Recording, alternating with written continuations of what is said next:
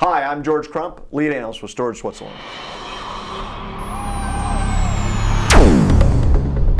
So we're at VMworld 2014, and one of the subjects that's coming up here a lot is data protection. And one of the issues is backup and replication. There's a lot of advances going on in replication, and some people are thinking, hey, replication is good enough, I don't need backup. Well, let's talk about that. To help me with the conversation, I've asked Alex Almeida to join us with the conversation. Alex, what do you do for EMC? I'm a technical marketing manager with our data protection and availability division, George. I'm glad you said that. So let's dive into the subject here, Alex. What we've got is a environment where you sort of got the old backup versus replication, yep. Right? So when do you use one, when do you use the other? What's your guys' take? So definitely you're going to have different requirements based on certain applications. Some applications are going to need to have that shorter RPO and RTO, right? Mm-hmm. That's where you're going to want to use something like a replication solution. Okay. And then also when you need things for like data retention, for example, and keeping multiple copies of that data to help with data corruption, that's where you're going to use something like a backup solution to augment that DR that you're already doing in your environment. And can you give sort of a thumbnail? Like if I look at the sort of the timeline of recovery, right? If this is say a day plus, and this is 5 minutes, where do the two technologies kind of fall into? You think? So clearly and actually we actually call this the data protection continuum from our perspective. How convenient.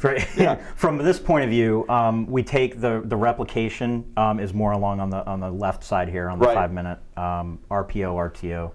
And then clearly backup really on one day is usually what you typically see. And part of it is, is how often are we capturing data, right? Which the assumption is replication is going to capture data more often. Exactly. Right? And then the other part is how, to me, it's kind of, now it's more of a transfer issue, right? Because even if I've got moving into one of the kind of purpose-built disk backup appliances, if I got to recover, I've got to move it off of that device too, right? That's correct. And that's something that you guys, what's interesting I think for you guys is you have both in there.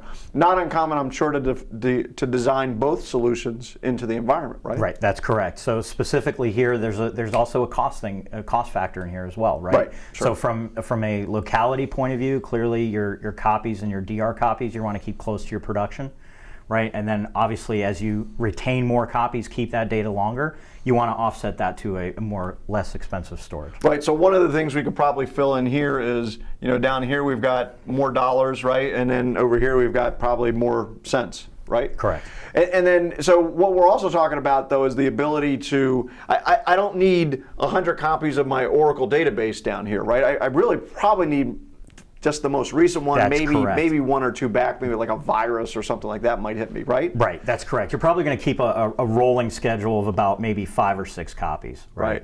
Right, and then from here, you're basically going to take those 6 copies and then pick one of those, and then maybe the best use case would be to then use one of those for your backup and roll those over into longer term storage. Well, since you guys have all these different capabilities, do you have a way to sort of integrate these two together into the continuum so that my backup and my replication can kind of know about each other? So we have a couple of different ways we approach this, right? So from a replication point of view, we have our latest for VM technology, we've introduced Recover Point for virtual machines. Okay.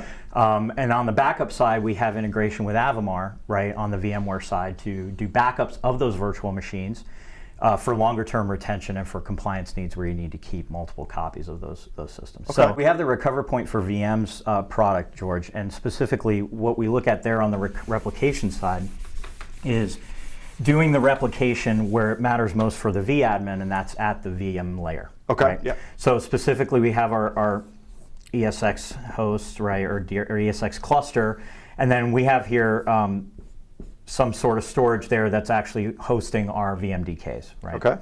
So from a VMDK point of view, we install inside of the Recover Point solution. There's 3 main components, right? So I have my vCenter, and in here there's a plugin that we install for Recover Point. Okay. Right. So that means I can manage Recover Point through vCenter? Correct. Recover Point through vCenter. All of the management is done inside of vCenter. Okay. From there, this Recover Point plugin will talk to a splitter, which we have inside of the ESX kernel. Okay. Right? And then that splitter in itself talks to VRPAs that we have inside of the vSphere environment. Okay.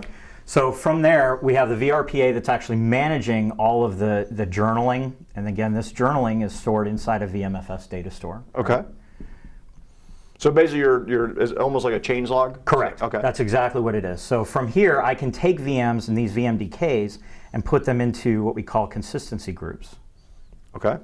Right, or CGs. And then from there, I can either in the same vCenter do local continuous replication, CDP-like functionality, synchronous replication of those VMs, or I can have another vCenter at a remote site and do remote replication to another ESX host. Okay. So the value of doing it locally would be that way I'm protected from a total storage system failure. That's correct. Right? And then obviously the advantage of going remotely is now I've got this, really nice DR capability as well. Absolutely. Okay. Absolutely. So now the consistency groups, let's dive on that for Sure. a second. Basically that's my interpretation of that is no application is just one thing anymore. There's a group of things that have to go along with it. And is that what you're doing there? Well, in some applications from a business point of view, actually part of multiple sub-applications that offer that thing. So if we take, for example, a sales portal, right? I have a database component and I have a web front-end component. When I take that database component, I'm typically going to put that into a CG. Okay. And then the web front end, I'm going to put that into a CG. If I want consistent bookmarking across those various components, then I'm going to need to put them in the same CG. Gotcha. But that actually locks me down and prevents me from flexibility in a DR scenario where maybe I just want to do a test copy or a DR of the database portion of the application. Okay. So we've introduced what we call actual CG sets. And these CG sets can actually be components of different CGs. So I can take both CGs that I create for the database and the web portal, and then create a CG set that now allows recover point for VMs to do consistent bookmarking across those components of the application. Okay, so it gives me some independence at the same time, some dependence when I need it. Absolutely, yep. Okay, great. And this is something new you announced at VMworld That's this year? correct. We just had an announcement yesterday morning on Tuesday, actually. Great, okay. And then let's just, since we're talking about backup, let's quickly trawl in, where does backup fit in? It seems to me that I would have the option of actually just doing my backup process in my DR if I wanted to, correct? Right, so from here, right, what you could look to is potentially leveraging your DR side for your backup. And this is something where you would look for Avamar to do the scanning of those virtual machines. Okay. And then leveraging the Avamar process with change block tracking and the VADP protocol APIs to actually do efficient backup for longer term retention to data domain, for example, of those virtual machines. Well, Alex, thanks for joining us today. I appreciate that. No problem, George, anytime. So as you can see, there's a big difference between backup and replication. You really need both to be able to put together a complete data protection scenario for your environment.